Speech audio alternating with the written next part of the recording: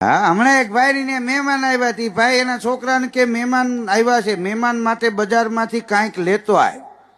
તો રિક્ષા લઈને આવ્યો. બોલો શું લેવો? રિક્ષા હાલો બેહી જાઓ, સવારમાં ખબ ખબ કરતા દોડ્યા આવો. મહેમાને બિચારા બેહી ગયા, રિક્ષા નીકળી ગઈ. પછી એના બાપુજીને પૂછ્યું કે ઈવડે એ કોણ હતા? તો કે તને જોવા આવ્યા હતા. તો હોન્ડા લઈને વાહે ગયો.